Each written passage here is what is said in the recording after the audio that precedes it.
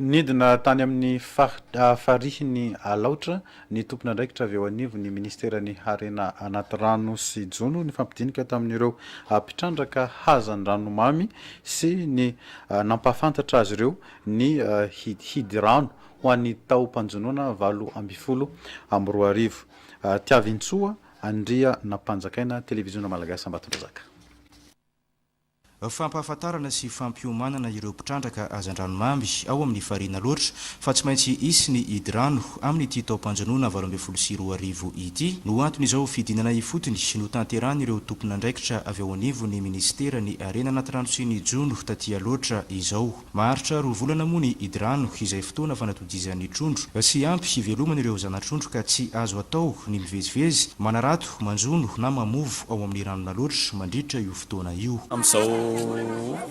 Fanakekezan'ny fikatonan'ny rano aty amin'ny faritra Alaotra zao zany dia midina ifotony ny solitena fiainana ministera ny anaty rano sy ny jono mba anentana sy ampatsiahy indray ny andraikitra sahan'ireo mpanjono tsirairay avy.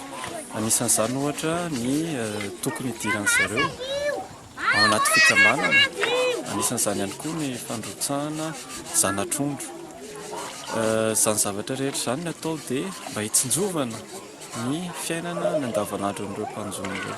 Nambara tamin'izao fiainana izao ihany koa fa isy ny famatsim-bola hanampiana ireo mpitrandraka izay tsy afaka manao ny asa fivelomany mandritra ny hidy rano. Misy ny karazana solonasa, zany hoe imo io ho an'ireo mpanarato izay tratry ny hidy rano mandritry ny 2 volana. Dia izay zany no tena nampifantarina sy niazahana nazavaina ny vahoaka tamin'ity Tour du Lac indray mandeha ity. Tsara ny manamarika fa hiaran'ny sazy avy hatrany ireo izay minisy mandika lalàna mandritra ny fotoana ny hidy rano.